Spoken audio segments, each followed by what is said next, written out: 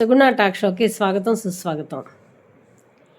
ఈరోజు నాకు అనుక్షణం నాగ చైతన్య సమంత గుర్తొస్తున్నారు.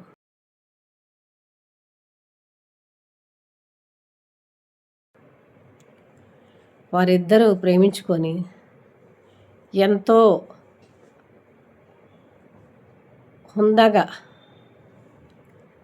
వ్యవహరించి అందరినీ ఒప్పించుకొని గోవాలో పెళ్లి చేసుకున్నారు. హిందూ సాంప్రదాయం ప్రకారం, అటు క్రిస్టియన్ సాంప్రదాయం ప్రకారం చక్కగా వారి పెళ్లి తంతు బహుశా అత్యంత ఎక్కువ జనాదరణ పొందిందని నా భావన. ఆ జంటని మెచ్చుకొని వారంటూ ఉండేవాడు కాదు. కానీ విధి వాళ్ళని ఎందుకో విడదీసింది.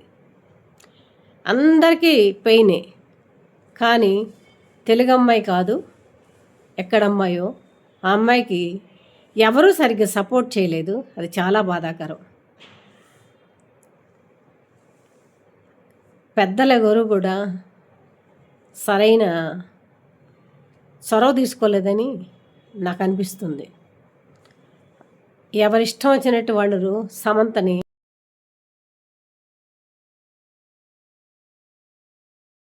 ట్రోల్ చేసి వదిలిపెట్టారు.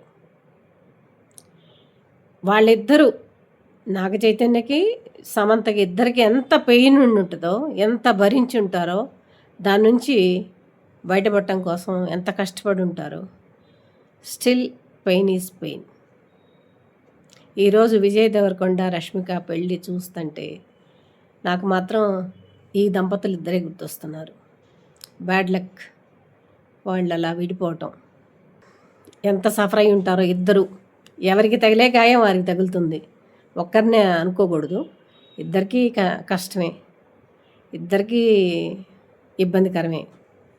మొత్తానికి ఇద్దరు ఆ స్థితిని దాటి ఎవరి జీవితం వాళ్ళు మళ్ళీ ఏర్పరచుకున్నారు.